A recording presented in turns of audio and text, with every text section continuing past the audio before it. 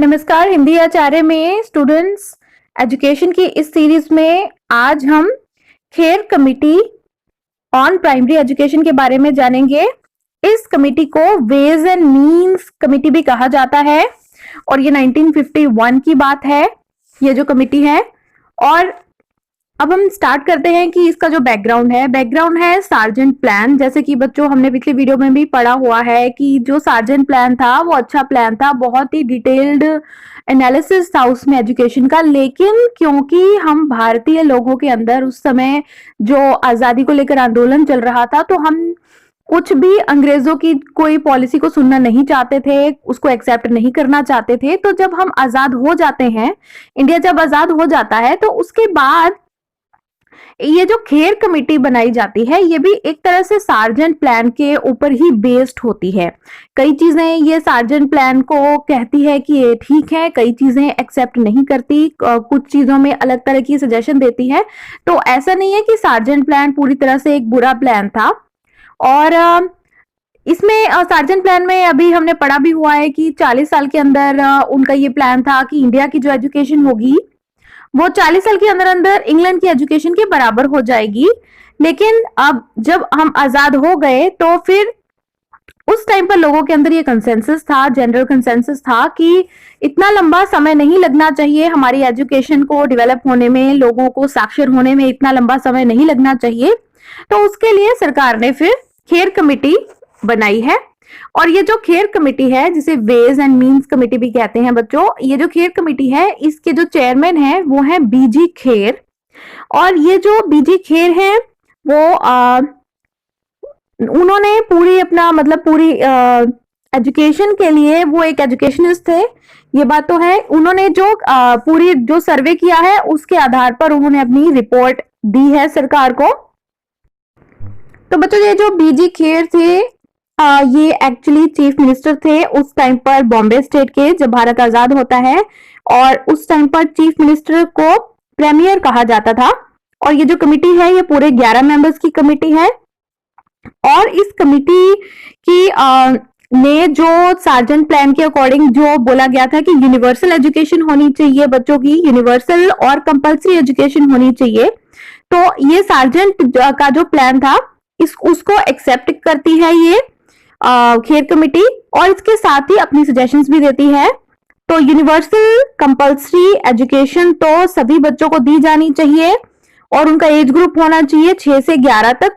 जो पहली पंचवर्षीय योजनाएं हैं, पहली 2 पंचवर्षीय योजनाएं हैं, 5 ईयर प्लान जो हैं, उनके अकॉर्डिंग तो 6 से 11 साल के बच्चे जो हैं, जितने भी यूनिवर्सल यानी कि भारत में उस टाइम पर 6 से लेके 11 साल के जितने भी बच्चे थे उनको कंपल्सरी एजुकेशन देनी थी, बच्चे और बच्चियों दोनों को।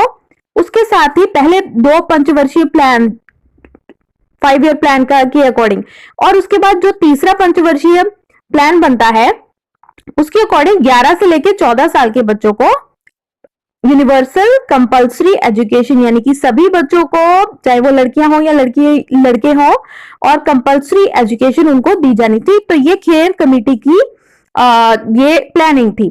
अब बच्चों एक और चीज है खेर कमेटी की, कि खेर कमेटी की जो रिकमेंडेशंस हैं ये बहुत ही जरूरी है, एक तरह के रिकमेंडेशंस। और उसी टाइम पर जब खेर कमेटी बिठाई गई थी, खेर कमेटी बिठाई तो 1950 49 से 50 के बीच में बिठाई गई थी। रिपोर्ट ये बाद में देती है। तो जब अभी खेर कमेटी का जब सर्वे चल रहा है तो उस टाइम के दौरान हमारा संविधान भी बन रहा था। बच्चों ध्यान से इस चीज को समझेंगे हम कि उस टाइम पर हमारा संविधान भी बन रहा था। संविधान बनने की वजह से उस टाइम पर जो खेर कमेटी की रिकमेंडेशंस हैं उसके एक जो आर्टिकल 45 है संविधान का, जो अनुच्छेद 45 नंबर का है, ये भी खेर कमेटी की वजह से ही संविधान में आया है। तो बच्चों ये भी आपको क्वेश्चन आ सकता है कि जो आर्टिकल 45 है, अनुच्छेद 45 है संविधान का, तो वो किस कमेटी के प्रभाव की वजह से आया? तो ये खेर कमेटी या वेज एंड मीन्स कमेटी की वजह से आया। अब हम पढ़ते हैं आर्टिकल 45 क्या है। आर्टिकल 45 के हिसाब से कि हमारा संविधान ये कहता है कि जो सरकार है, भारत की सरकार जो है, ये उसकी जिम्मेदारी है, वह कोशिश करेगी, कोशिश उसको करनी चाहिए कि 10 साल के अंदर अंदर, जब से ये कॉन्स्टिट्यूशन, जब से ये संविधान शुरू हुआ है, 10 साल के अंदर अंदर फ्री, बिल्कुल मुफ्त और compulsory education for all children, यानी कि लड़के लड़कियां यूनिवर्सल एजुकेशन चाहिए और फ्री एजुकेशन चाहिए और कंपल्सरी एजुकेशन चाहिए जब तक कि वो एज 6 से 11 साल की उम्र तक की कंप्लीट नहीं कर लेते। तो स्टार्टिंग में जो आर्टिकल 45 है ये खेर कमेटी के प्रभाव की वजह से बना है और स्टार्टिंग में तो 11 साल तक ही कहा गया था, लेकिन बाद में एक्सटेंड 14 ईयर्स तक हो गया है बच्चों। ठीक है बच्चों, अब ये जो वेज एंड मीन्स कमेटी है या खेर कमेटी है, इसका इन्होंने ये जो सार्वजनिक प्लान था जो कि 40 साल तक कहता था कि इंग्लैंड के एजुकेशन के बराबर हमारी एजुकेशन हो जाएगी, उस प्लान की बजाय ये थोड़ा जल्दी करना चाहते थे। तो इसलिए इन्होंने, इनका जो प्लान था खेर कमेटी के अकॉर्डिंग प्लान था कि हम 15 साल के अंदर अंदर यूनिवर्सल कंपल्सरी एजुकेशन कर देंगे। और एक और चीज है कि जो ये खेर कमेटी की रिकमेंडेशन थी कि जो राज्यों की सरकारें हैं, जो स्टेट्स की सरकारें हैं, वो कोशिश करेंगी 10 साल के अंदर कंपल्सरी यूनिवर्सल एजुकेशन को देने की। अगर नहीं हो पाता है तो 15 साल के अंदर तो आपको देना ही है एजुकेशन, यूनिवर्सल एजुकेशन एक्सेस। अब बात करते हैं इसकी रिकमेंडेशंस की। तो सबसे पहली रिकमेंडेशन इसकी ये थी कि जो रूरल एरिया के जो स्कूल्स हैं, जो ग्रामीण क्षेत्रों के जो स्कूल्स हैं जो कि पंचायत के अंडर आते हैं, उनकी जिम्मेदारी है कि पंचायत की जिम्मेदारी ये है कि वो स्कूल की एक कमिटी बनाएगी, स्कूल की एक समिति बनाएगी, पंचायत की जिम्मेदारी है, जो कि आज के टाइम पर भी बच्चों ये स्कूल मैनेजमेंट कमेटी के नाम से जानी जाती है। तो ये पंचायत की जिम्मेदारी होती है, एसएमसी कमेटी इसको कहते हैं। तो ये जो एसएमसी कमेटी है ये पंचायत की जिम्मेदारी है, इसमें पंचायत के भी मेंबर्स होते हैं और स्कूल का स्टाफ भी होता है और जो स्टूडेंट्स के पेरेंट्स भी होते हैं। तो एक आपसी सहमति वाली कमेटी होती है जिसमें स्कूल से संबंधित सभी लोग इसमें शामिल होते हैं और स्कूल से संबंधित जिन भी निर्णयों को लिया जाता है तो उसमें एसएमसी के लोगों की रजामंदी होनी जरूरी है। तो ये जो रिकमेंडेशन है एसएमसी कमेटी की, स्कूल मैनेजमेंट कमेटी की, तो ये खेर कमेटी की वजह से आती है। इसके बाद अर्बन एरियाज की बात हो रही है। तो अर्बन एरियाज में जो स्कूल्स हैं उन एरियाज में कमेटी कहती है कि यहाँ पर तो म्यूनिसिपैलिटीज की जिम्मेदारी है कि स्कूल्स को चलाए, स्कूल्स को एस्टेब्लिश करे। और इसके बाद इंस्पेक्शन की बात आती है कि जो मतलब इंस्पेक्शन कमेटी बहुत ज्यादा जरूरी है। ये भी स्टेट सरकार की, जो राज्य सरकार की जिम्मेदारी है कि वो इस तरह के ऑफिसर्स को रखे जो कि स्कूलों को स्कूलों की इंस्पेक्शन करें। अब इसके बाद आती है ट्रेनिंग की, टीचर्स की ट्रेनिंग की। तो ये जो राज्य सरकार है उसकी जिम्मेदारी है कि जो प्राइमरी टीचर्स हैं उनकी जो ट्रेनिंग है उनके लिए इंस्टीट्यूशन बनाना ये राज्य सरकार की जिम्मेदारी है। और इसके साथ ही राज्य सरकार ये भी डिफाइन करेगा कि जो प्राइमरी एजुकेशन के लिए जो पाठ्यक्रम है, जो करिकुलम है, वो क्या रहेगा, ये भी राज्य सरकार की जिम्मेदारी है। और इसके साथ ही जो जिस तरह का स्टाफ, जिस तरह के प्राइमरी टीचर्स या सेकेंडरी टीचर्स, खासतौर पर प्राइमरी टीचर्स, जिस तरह के प्राइमरी टीचर्स जो हैं वो किस तरह के सिलेक्ट होंगे, ये भी स्टेट की ही जिम्मेदारी है। और क्योंकि स्टेट ही स्टाफ सिलेक्शन कमेटी के थ्रू प्राइमरी टीचर्स को जॉब पर रखेगा।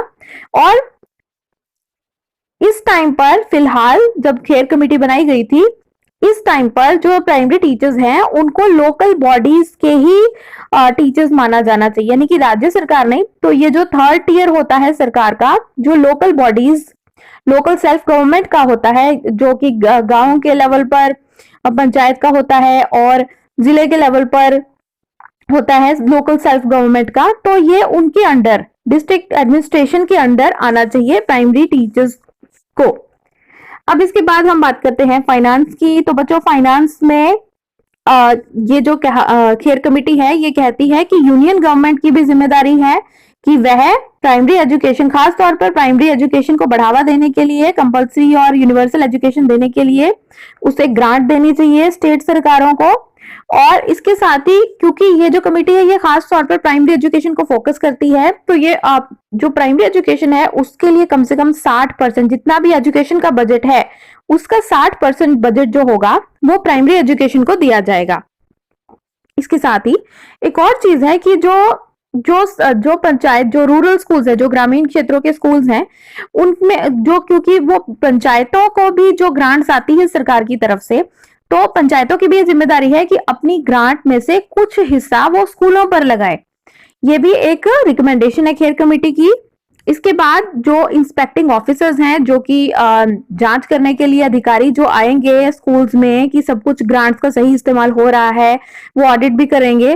तो ये जो जांच के अधिकारी हैं, इंस्पेक्टिंग ऑफिसर्स हैं, इनकी ये जिम्मेदारी है कि वो एक एनुअल रिपोर्ट, एक सालाना वार्षिक रिपोर्ट भी पेश करें सरकार की तरफ से, खास तौर पर प्राइमरी एजुकेशन के लिए।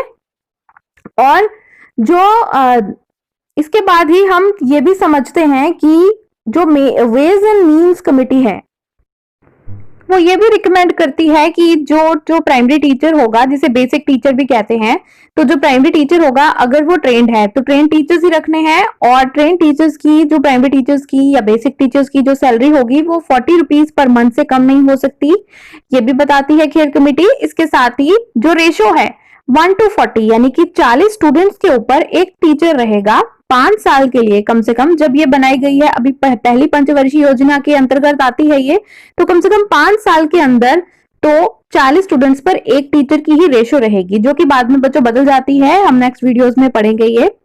और जो अर्बन एरियाज के स्कूल है, जो कि शहरी क्षेत्रों के स्कूल्स हैं, उनमें एक और सजेशन दी गई खेर कमेटी ने कि उनमें डबल शिफ्ट होनी चाहिए। अगर जरूरी है, बच्चे ज्यादा हैं और वो अलग अलग टाइम पर आ सकते हैं, तो वहां पर डबल शिफ्ट वाले स्कूल्स होने चाहिए। एक ही बिल्डिंग को 2 बार स्कूल्स, यानी कि अर्ली मॉर्निंग में स्कूल लगा लिया या दोपहर के बाद स्कूल लगा लिया, इस तरह से डबल शिफ्ट वाले स्कूल्स भी होने चाहिए।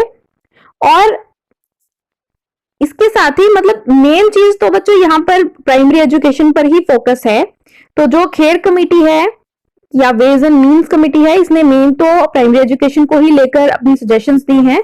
इसके साथ ही हमें यह भी समझना होगा कि बच्चों जब हम आजाद हुए हैं, भारत जब आजाद हुआ है, तब उस टाइम तक अभी हमें यूनिवर्सिटी लेवल तक सबको एजुकेशन मिल जाएगी। उस टाइम पर ये फोकस नहीं था कि खेर कमेटी ने प्राइमरी एजुकेशन पर ही क्यों फोकस किया, क्योंकि उस टाइम पर बहुत ज्यादा बड़ी आबादी थी जो कि अनपढ़ थी। तो पहले तो सबको साक्षर बनाना ही सबसे बड़ा लक्ष्य था, जो कि पंचवर्षीय योजनाओं, शुरुआत वाली पंचवर्षीय योजनाओं के अंतर्गत भी हम ये चीज देख सकते हैं। तो खेर कमेटी की भी इस तरह की ही रिकमेंडेशंस हैं। ये वेज एंड मीन्स कमेटी इसलिए कहलाती है क्योंकि इसने फाइनेंसेस को भी देखना था कि कैसे फाइनेंसेस होते हैं एजुकेशन के लिए, स्टेट सरकार कितना खर्चेगी और राज्य सरकार कितना खर्चेगी, किस कहां पर किस तरह से खर्चा करना है। तो ये फाइनेंस के लिए भी फोकस थी और स्कूल्स किस तरह से होने चाहिए उस पर भी फोकस थी, खास तौर पर प्राइमरी एजुकेशन को लेकर।